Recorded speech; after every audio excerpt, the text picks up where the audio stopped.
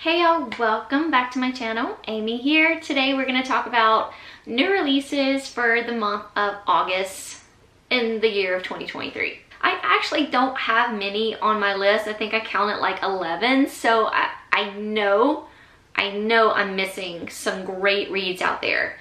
But anyway, we'll go ahead and get started and talk about them. So on August 1st, we have a new mystery thriller by Gillian McAllister. Now, I haven't read a Gillian McAllister since, what is the title of that? Was it her first book? I think it was her debut. I'm looking for it. I'm sorry. I wasn't crazy about it. In fact, it might be in my unhaul stack. Anyway, this one sounded really intriguing to me, so I might give this author another try. This is just another missing person. This is also a detective story, which I'm not usually into. I have read some in the past that I have really enjoyed, and this one sounded interesting, so it went on the list. Did I say it comes out on August 1st? This one says it's a heart-stopping thriller in which a missing person case unravels deeper, darker secrets that lead a detective to an impossible moral choice. This, as I was reading the synopsis, it has a lot of like twisty kind of, I don't know, whatever is happening in here. It sounds confusing. It says 22-year-old Olivia has been missing for 1 day and counting. She was last seen on CCTV entering a dead-end alley and not coming back out again. Julia, the detective will be following, heading up the search for Olivia, thinks she knows what to expect.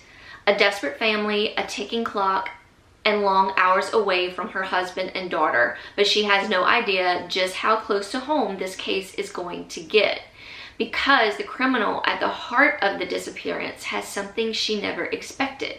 I'm gonna skip over a little bit because it might tend to be spoilery, I'm not sure. It then goes on to say Julia must not find out what happened to Olivia. If you find her, you will lose everything. What would you do? This clever and endlessly surprising thriller is laced with a smart look at family and motherhood. So it just sounded really twisty, and I skipped over a little bit because I don't know if it's going to be spoilery for you. But if you want to go back and read the full synopsis for yourself, it does sound like a good twisty thriller involving this detective and something that has happened to her, maybe in her past or in her family. I don't know. It sounded intriguing, so might get this author another shot. Another book coming out on August 1st. This is Gone Tonight, and this is by Sarah Pekkanen. This one says Catherine Sterling thinks she knows her mother. Ruth Sterling is quiet, hardworking, and lives for her daughter. All her life it's been just the two of them against the world. But now Catherine is ready to spread her wings, move from home, and begin a new career. And Ruth Sterling will do anything to prevent that from happening. Ruth Sterling thinks she knows her daughter. Catherine would never rebel, would never question anything about her mother's past or background. But when Ruth's desperate quest to keep her daughter by her side begins to reveal cracks in Ruth's carefully constructed world, both mother and daughter begin a dance. And that's all it will let me read. So it just sounds like a good mother-daughter type of thriller, and the mother is really protective of the daughter. So I don't know, it just sounded really good. Put it on the list. This cover is giving me life. I absolutely love it. This is The Trap by Catherine Ryan Howard, and this releases on August 3rd. I'm kind of really excited about this one, and I'm anticipating it. It says The Trap is an unsettling mystery inspired by a series of still unsolved disappearances in Ireland in the 90s, wherein one young woman risked everything to catch a faceless killer. So it looks like we'll be following a character named Lucy. It says 1 year ago, Lucy's sister Nikki left to meet friends at a pub in Dublin, Dublin and never came home. That night has turned Lucy's life into a waking nightmare. So she's going to take matters into her own hands. Angela works as a civilian power pusher in the missing persons unit, but wants nothing more than to be a fully fledged member of Angarda Sionachi. What? Okay, well, this sounds like it might be very Irish. Anyway, it's an Irish police force, apparently. With the official investigation into the missing woman stalled, she begins pulling on a threat that could break the case wide open and destroy her chances of ever joining the force. A nameless man drives through the night, his latest victim in the back seat. He's going to tell her everything from the beginning. That was a little all over the place, but anyway, I did not read the synopsis before I wrote this book because the cover. So this is one of the cover. I'm gonna read this book because of the cover. Don't judge a book by its cover, but I'm gonna give it a go just to see. And it's Catherine Ryan Howard. On August 8th, we have a new Lisa Jewell. Really excited about this one as well. None of this is true. It says this is a psychological thriller about a woman who finds herself the subject of her own popular true crime podcast. That's all you have to say for me. Podcast, true crime, I'm here for it.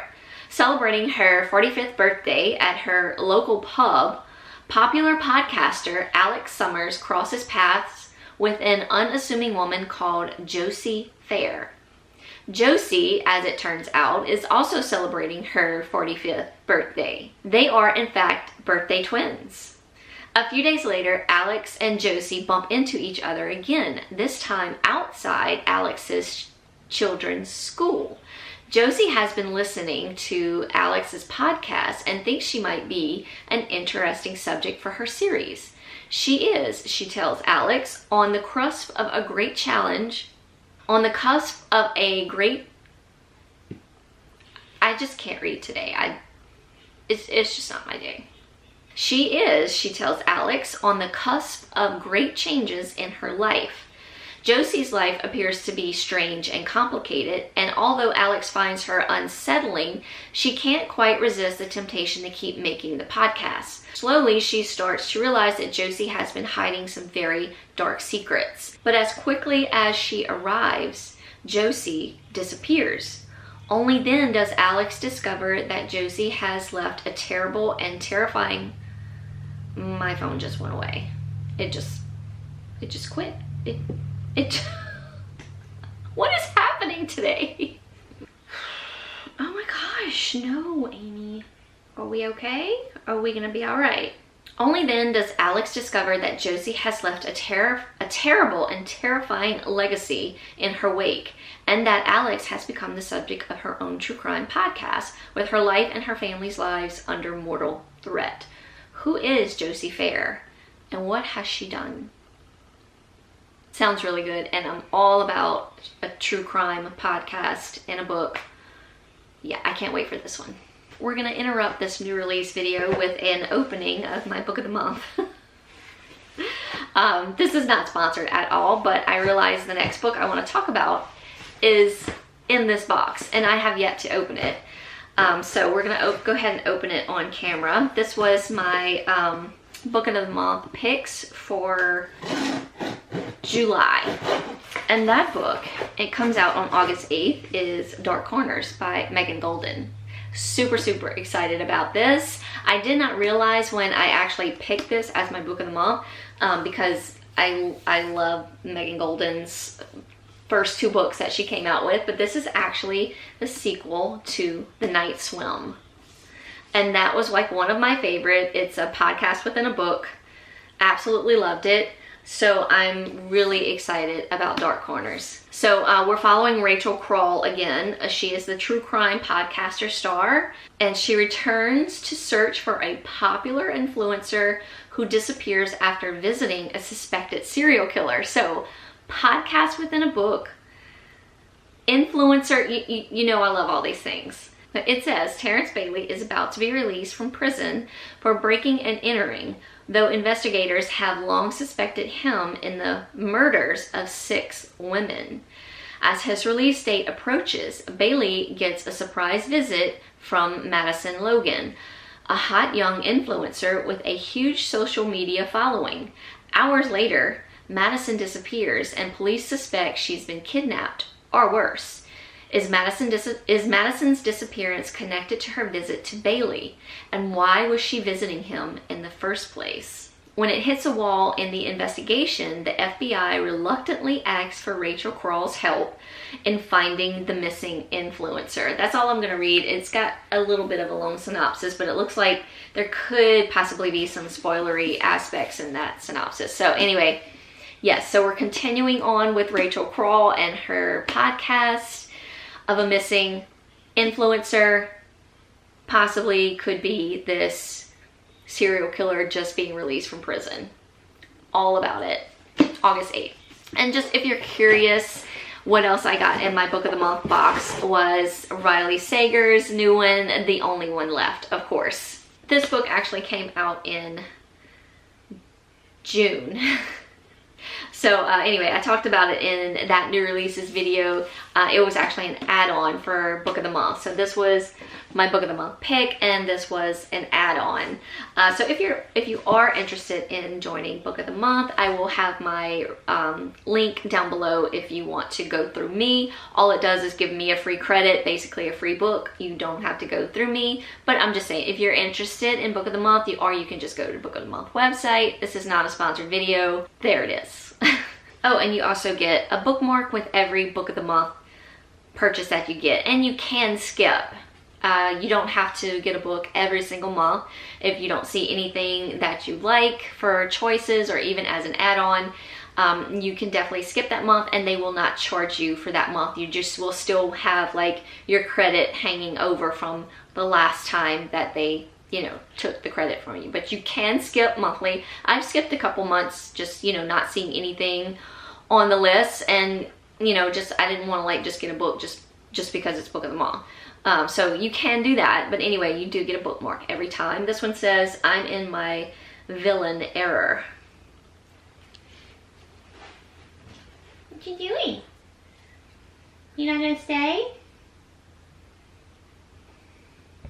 I have a visitor. You hang with me? What's eating? Oh, my sweet girl. Hello, my sweet girl. On August 15th, we have a new book by Sandy Jones. This is The Trade-Off. This one says it's an electrifying new novel of suspense that begs the would you tell a story if you knew it was a lie, or tell the truth and sleep at night. For Stella, deputy editor of The Globe, the choice has always been clear. It doesn't matter how low she has to stoop. Getting the best story is what she's built her reputation on. For Jess, The Globe's rookie reporter, the story stops when the truth does. But she knows that the dirty tricks of the tabloids will be hard to overturn, and when a celebrity is hounded by the Globe and pays the ultimate price, Jess wonders just how much Stella and the paper are responsible. Determined to show the world what the tabloid is capable of, Jess will do whatever it takes to uncover the truth, but she needs to watch her back because someone else is prepared to kill to bury it. Risk or reward, justice or revenge, innocence or guilt. It's Sandy Jones. I didn't really read the synopsis before I picked it, but she hasn't let me down yet. It's been a while since I've read a Sandy Jones. I think I have one on my TBR back here, but this one comes out August 15th. Okay, this next one also comes out on August 15th. This is The Last Girls Standing. This is by Jennifer Dugan. I've actually never read anything by this author. I have heard she wrote Some Girls Do, and she also wrote Hot Dog Girl. And I didn't hear really good things about Hot Dog Girl. I never heard of Some Girls Do. But this is a YA thriller, so of course it appealed to me. And it has like a Friday the 13th kind of camp vibe. So that's what intrigued me. So I wrote it down. Anyway, it says, the sole surviving counselors of a summer camp massacre search to uncover the truth of what happened that fateful night, but what they find out might just get them killed. Sloan and Cherry, Cherry and Sloan. Here we also have a relationship between these two girls in this book. They met only a few days before masked men with machetes attacked the summer camp where they worked, a massacre that left the rest of their fellow counselors dead. Now, months later, the two are inseparable, their traumatic experience bonding them in ways no one else can understand. But as new evidence comes to light and Sloan learns more about the motives behind the ritual killing that brought them together, she begins to suspect that her girlfriend may be more than just a survivor. I'm not going to read any more. So it just sounded really fun and intriguing. Like I said, it gave me Friday the 13th vibes. I love the cover. We may check it out and see what happens. Jumping to August 29th, we have a new book from Alice Feeney. I'm really anticipating this one. This is Good Bad Girl. Also love the cover. It says, sometimes bad things happen to good people, so good people have to do bad things. Our queen of twists, best-selling author of Daisy Darker and Rock, Paper, Scissors, Alice Feeney, returns with another thrilling mystery filled with drama and her trademark surprises. 20 years after a baby is stolen from a stroller, a woman is murdered in a care home. The two crimes are somehow linked, and a good bad girl may be the key to discovering the truth. Edith may have been tricked into a nursing home, but at 80 years young, she's planning her escape. Patience works there, cleaning messes and bonding with Edith. But Patience is lying to Edith about almost everything. Edith's own daughter, Cleo, won't speak to her, and someone new is about to knock on Cleo's door, and their intentions aren't good. Skipping over to the end, it says Good Bad Girl is a thriller in which nobody can be trusted, and the twists come fast and furious. I can only imagine. I have loved every single Alice Feeney book I have read, so I'm really anticipating this one.